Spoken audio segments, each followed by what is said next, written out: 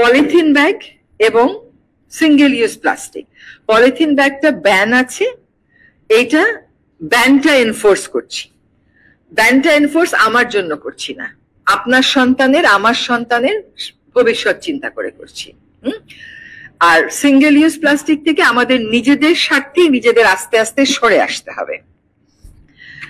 কিন্তু আমরা তো অলরেডি অনেক পলিথিন শপিং ব্যাগ এবং সিঙ্গেল ইউজ প্লাস্টিক প্রডিউস করে ফেলছি, সেগুলো আমরা রাস্তা বানাতে বিকল্প হিসেবে ব্যবহার করতে পারি কিনা, বিল্ডিং এ ব্যবহার করতে পারি কিনা, পাশের ভারত করছে, তাহলে এই ওয়েস্ট ভলিউম নিয়ে আমাকে অত চিন্তা করতে হবে না।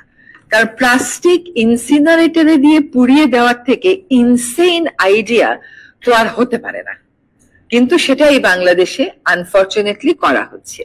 এবং এটার জন্য রিসার্চ গ্রুপ অনেকে আছে যারা আমাদের কাছে এসেছিলেন। এবার একটু রিসার্চের দিকে যাই।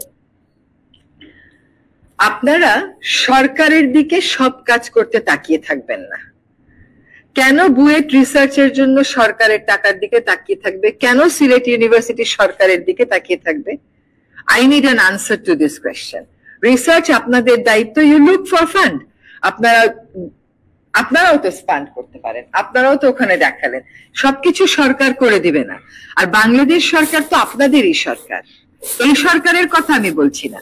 বাংলাদেশ সরকারের গতি, আকৃতি, প্রকৃতি, কার্যধরন আপনারা বোঝেন না? কিছু কাজ, আজকে যেরকম কাজগুলো করে নিয়ে আসছেন, এই কাজগুলো করতে আপনাদেরকেও আগাতে হবে। পানি উন্নয়ন বোর্ড, পানি সম্পদ মন্ত্রণালয় পানিটাকে বের করতে, কিন্তু পানিটাকে বের করব বললেই বের করা যায় না, কারণ নিচে সব নদী ভরে গেছে। তো নদীগুলো খনন শুরু হয়েছে, আমরা আপ্রাণ চেষ্টা করছি, কিন্তু তাদের হয়তো কিছু এগ্রিকালচারাল ইনপুট লাগবে, যেখানে আপনারা এগ্রিকালচার এক্সটেনশন অধিদপ্তর এর সাথে কাজ করতে পারেন এবং যশোরের ডিসি মহোদয়ের সাথে কাজ করতে পারেন। আমরা একটা তালিকাও আছে যে কোথায় কোথায় একটু সাহায্যের প্রয়োজন। তাহলে এই আপদকালীন সময়টাতে আপনাদেরকে পাশে পেলে, আপনাদের এমনিতেই অনেক নাম আছে, আমি আশা করি যে আপনাদের নামটা আরো বাড়বে।